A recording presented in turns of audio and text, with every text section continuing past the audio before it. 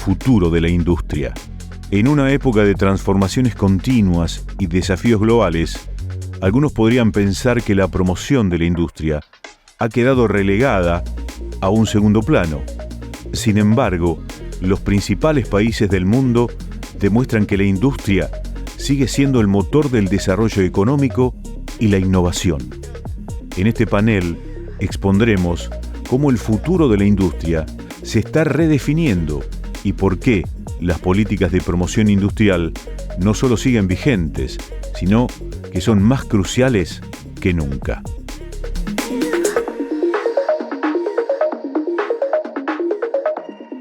Un honor para nosotros en ADIMRA presentar al doctor Justin Zhao, que es la primera vez que va a estar en la Argentina.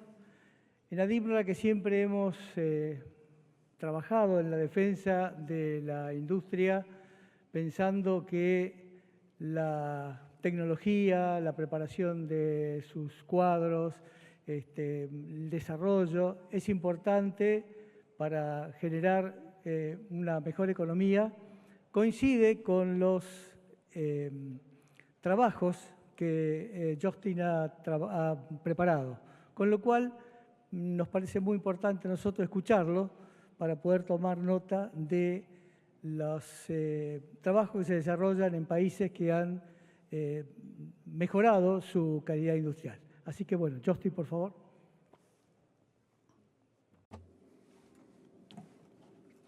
Muchas gracias.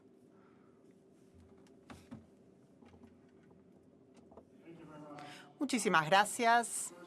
En primer lugar, quizás podemos confirmar que todos están escuchando la traducción. Si pueden, levanten un pulgar, digan si escuchan la traducción. Excelente. Muchísimas gracias por haberme invitado a hablar aquí ante ustedes. Es un honor y me produce mucha felicidad poder discutir y hablar con ustedes el trabajo que vengo realizando.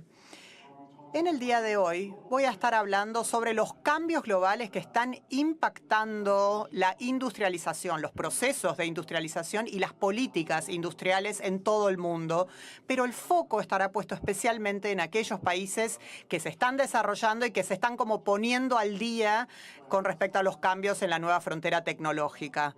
Estaremos compartiendo unos 25 minutos juntos. Pueden ver que mis diapositivas están en español aquí, o sea que tengo un doble desafío. Tengo que entender mis propias diapositivas. Pero bueno, creo que recuerdo un poco lo que están y por suerte hay varias ilustraciones, así que debería andar todo bien. Muy bien, comencemos. ¿Qué estamos viendo aquí en esta imagen?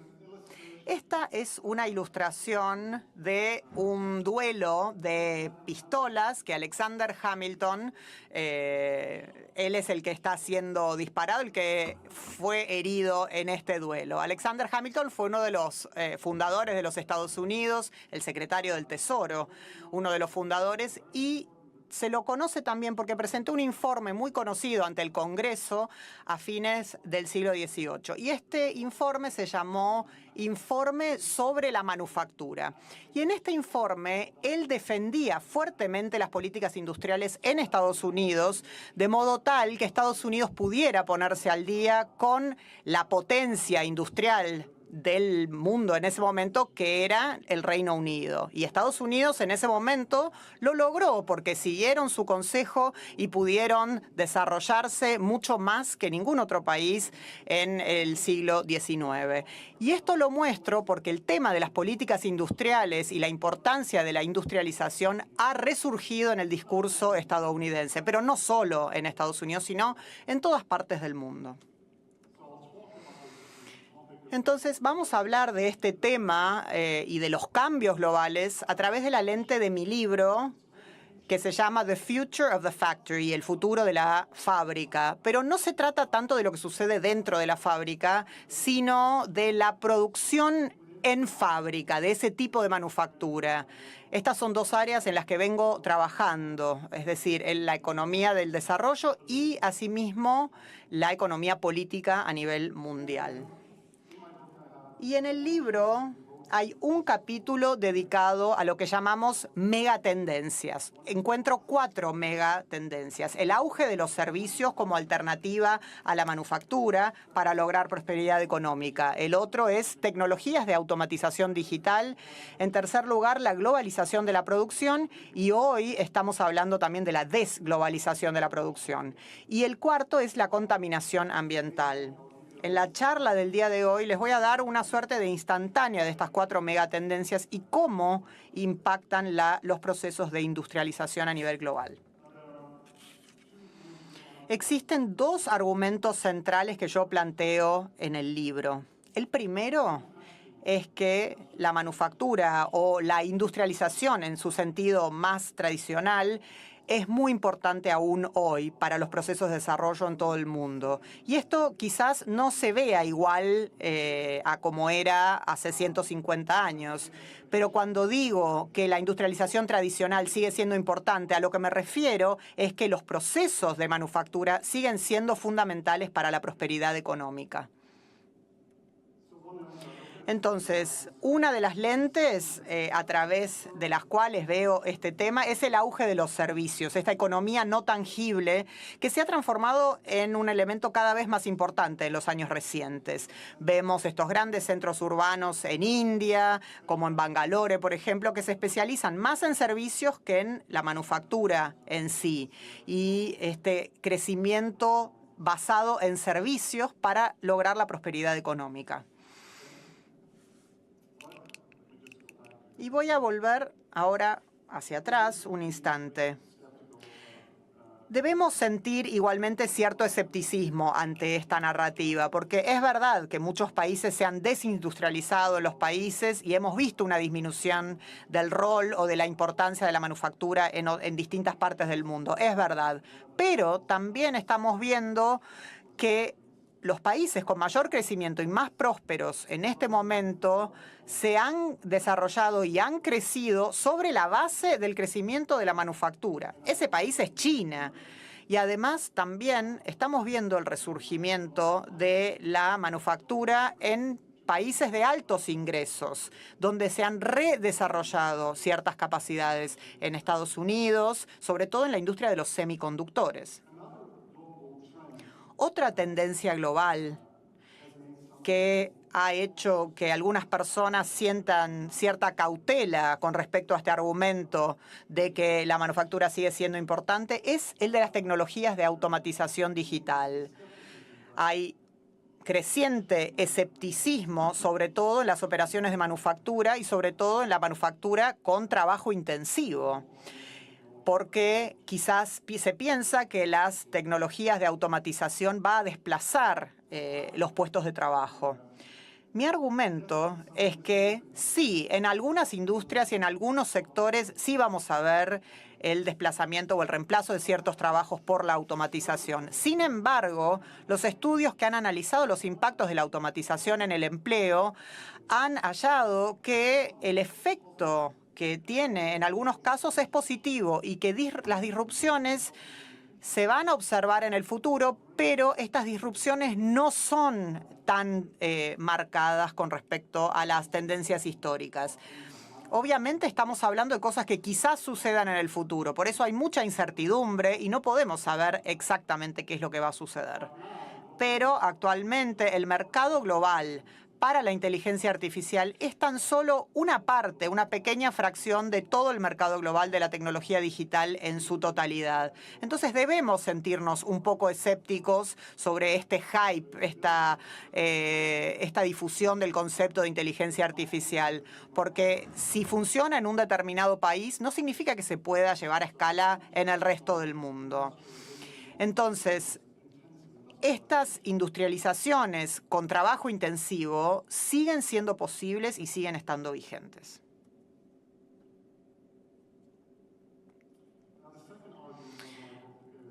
El segundo argumento que planteo en mi libro es sobre las asimetrías de poder en la economía mundial. El primer argumento era que la manufactura es importante para la prosperidad económica. Pero el segundo argumento lo tengo en inglés enfrente. Bueno, me acabo de dar cuenta. Fantástico. Entonces, las asimetrías de poder en la economía mundial están creando oportunidades desiguales para aprovechar los beneficios de la industrialización. ¿Y esto qué significa? Permítanme darles algunos ejemplos a través de la lente de las megatendencias 3 y 4 que aparecen en mi libro. Hablemos entonces desde la perspectiva de la globalización de la producción. La globalización de la producción favorece y obstaculiza la industrialización al mismo tiempo. Es particularmente importante hablar de esto a través de la perspectiva del sur global o de los países en desarrollo, porque hay una tendencia que venimos viendo en las últimas décadas y es que el sur global ha aumentado significativamente su participación en el comercio mundial. Entonces, es un fenómeno relativamente nuevo en el que un grupo de países en los países en desarrollo están participando cada vez más de las redes de comercio global y determinar si esto es bueno o no. Participar en el comercio internacional produce beneficios económicos. Desde esa perspectiva, entonces, es algo bueno tener participación en el comercio internacional y hay varias pruebas que lo demuestran. Sin embargo, hoy esto está pasando a través de mecanismos de intercambio desparejo y desigual. Y esto lo podemos ver desde la perspectiva de la profundización de lo que sucede en la cadena global. Aquí vemos una curva en forma de sonrisa que muestra el valor agregado en las diferentes etapas de actividades en la cadena de valor de un producto. Y gran parte de las actividades en las cadenas de valor que se han llevado a cabo en los países en desarrollo, el valor agregado, están disminuyendo gradualmente. Por ejemplo, en el ensamblado dentro de una fábrica. Quizás muchas de las actividades que se realizan en los países ricos están aumentando. Por ejemplo, la investigación y desarrollo, el diseño, la comercialización y la venta minorista. Y estamos hablando de cadenas de valor globales. Y esto quizás sea complejo en el contexto de que quizás no estoy hablando de un producto en concreto. Entonces voy a usar un ejemplo. Pero primero voy a delinear los mecanismos. ¿Qué es lo que está sucediendo? Esta curva de valor está cambiando en favor del norte global y desfavoreciendo el sur global. ¿Y por qué? ¿Por qué? Es porque hay más competencia, sobre todo entre países que quieren realizar manufactura de bajo nivel tecnológico. Cuando China y toda la producción del sudeste asiático y parte de África, todo esto está poniéndose en juego ahora. Entonces hay menores barreras a la entrada. Pero también estábamos viendo estas corporaciones transnacionales donde las empresas aumentan su poder y tienen el respaldo de los acuerdos comerciales internacionales, especialmente a través de la OMC, que además protege la propiedad intelectual de estas empresas. Entonces, estos son los mecanismos que obstaculizan o impiden la industrialización y que impiden el pleno desarrollo económico a través de la participación en las cadenas de valor globales. Y este es el ejemplo del que les hablaba. Aquí podemos ver la distribución del valor para los iPhones lanzados entre 2010 y 2018.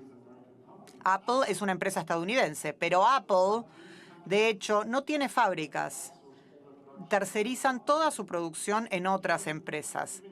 Y aún si no manufacturan o si no fabrican ninguna parte de sus teléfonos desde el punto de vista de producción, se siguen llevando la mayor parte de esos ingresos. Eso es un fenómeno del siglo XXI. Y sigue habiendo muchas empresas en el sudeste asiático que fabrican varios componentes que se quedan con parte del valor, pero la parte de ensamblado del iPhone ve una parte muy, muy pequeña del valor total, de hecho menos del 2%. Entonces, ¿qué podemos hacer en este sentido para mitigar esto? ¿Qué se puede hacer en este mundo de la producción globalizada? ¿Qué se puede hacer para remediar esto que favorece solamente a los países ricos y a las empresas ricas? ¿Qué pueden hacer esos países que quieren ponerse a la altura de este desarrollo? Los países en desarrollo tienen mucha capacidad y mucha autonomía para hacer las cosas correctamente. Esto lo hemos visto con el ejemplo de China. con muchas políticas creativas y herramientas creativas que se pusieron en práctica. Por ejemplo, las empresas estatales. No hay garantía, por supuesto, de que la intervención estatal o que las empresas estatales tengan éxito, pero obviamente el no ya lo tenemos, entonces es una opción a explorar. También tenemos que hablar de cómo reformar el sistema de gobernanza global en el marco del comercio global.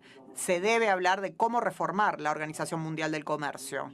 Y debemos también hablar acerca de cómo podemos fortalecer las leyes antimonopolio. Por una cuestión de tiempo, voy a pasar a la siguiente megatendencia, que es la contaminación ambiental o los problemas medioambientales. Una segunda perspectiva para ver las asimetrías del poder es el problema de la contaminación ecológica y ambiental.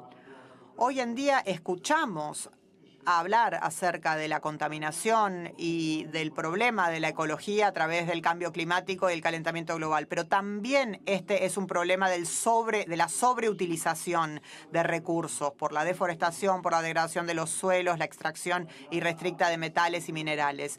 Y hoy en día estamos viendo, dentro de los debates sobre las políticas industriales, discusiones acerca de cómo podemos lograr un crecimiento verde, un crecimiento ecológico, utilizando tecnologías, por ejemplo, para descarbonizar. Y eso sin duda debe ser parte de la solución. Sin embargo, esto también es parte del problema. ¿Por qué?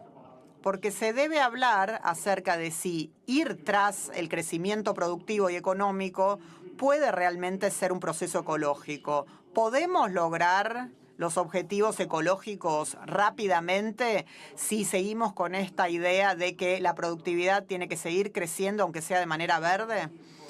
En este gráfico vemos una correlación entre el crecimiento y el PBI y también el crecimiento en el uso de los materiales. Y hay una correlación que realmente resulta perturbadora. En este sentido, hay una suerte de ironía en el movimiento por el cambio climático. De hecho, si queremos lograr ese objetivo de net zero, de cero emisiones, que indica la comunidad global y que es uno de los puntos más importantes del Acuerdo de París, uno de los acuerdos más importantes que tenemos en el mundo hoy en día, debemos de manera masiva realizar un aumento significativo de la extracción de metales y minerales poco frecuentes. En esta década, la década anterior, perdón, en los 2010, vimos un aumento enorme en la producción de energía renovable y el porcentaje de combustibles fósiles que forma parte de la demanda energética sigue siendo 80%, no ha cambiado. ¿Por qué? Porque el aumento en la oferta de energía limpia no está al día con la demanda en aumento de energía limpia. Voy a ser muy claro, cuando nosotros estamos hablando de soluciones a la catástrofe ecológica, a el colapso ecológico, tenemos que siempre tener en cuenta quién es responsable por ese colapso ecológico. En la medida en la que hablamos de algunos países, bueno, aquí señalo, bueno, sí, el crecimiento verde es parte de la solución, pero algunos países también tienen que tratar de reducir el exceso, la energía excedente y el exceso en uso de recursos. Pero esto sobre todo se aplica a los países de altos ingresos. La responsabilidad nacional existe y las soluciones tienen que reflejar esto. Y este gráfico muestra claramente que algunos países tienen una responsabilidad mucho mayor con respecto al colapso ecológico que muchos otros países. Entonces, para darles una idea, los países de ingresos medio altos y los de medio bajos representan el 50% de la población del mundo, pero casi no tienen responsabilidad alguna con respecto a la catástrofe ecológica de la que somos testigos hoy en día. En mi libro hablo de la política industrial verde 2.0, además de la forma tradicional de pensar en la política industrial verde clásica. Entonces, necesitamos tener una política industrial verde. Esto, sin lugar a dudas, más inversiones en las energías renovables y incentivos para el sector privado, para que sean más limpias las empresas allí, y también identificar ventanas verdes de oportunidades para el sur global. Esto de lo que es la política industrial verde 1.0. Esto es súper importante en Latinoamérica, un país como Argentina, en donde se puede sacar beneficio de las nuevas tecnologías que están surgiendo. Ahora hay una movida competitiva para, por ejemplo, tener más capacidades en materia de paneles solares, entre otros productos, recursos como el litio, que está en abundancia aquí. Entonces, esto es algo que se tiene que aprovechar desde un punto de vista económico. Pero también hablo de que si queremos resolver la emergencia global a nivel climático, sobre todo los países más ricos del mundo, tienen que pensar en reducir la escala de algunas industrias. La industria de los combustibles fósiles aparece en el Acuerdo de París. ¿Por qué no? Entonces tenemos que hablar de reducir la escala, tenemos que hablar de producir para el beneficio público, no tanto privado. ¿Por qué estamos produciendo jets y yates cuando hay una emergencia climática? Es porque los recursos y la producción son asignados con fines de lucro y no tanto para el beneficio del público en general. Bueno, me estoy quedando sin tiempo, pero bueno, en conclusión, simplemente me gustaría volver a mencionar los 2 puntos más importantes de mi charla. Mi libro, The Future of the Factory, el futuro de la fábrica. El primero es que la industrialización centrada en la manufactura sigue siendo un pilar integral de la prosperidad económica, y el otro punto tiene que ver con prestar atención a las asimetrías de poder en la economía mundial y entender que la industrialización es un juego sucio en el que los estados nacionales compiten entre sí.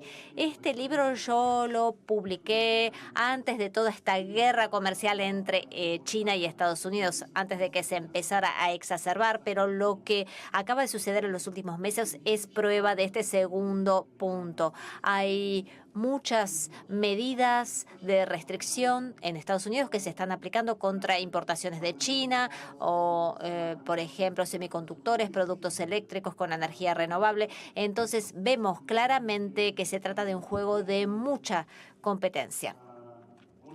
Y uno de los desafíos clave es cómo hacer para nivelar el campo de juego.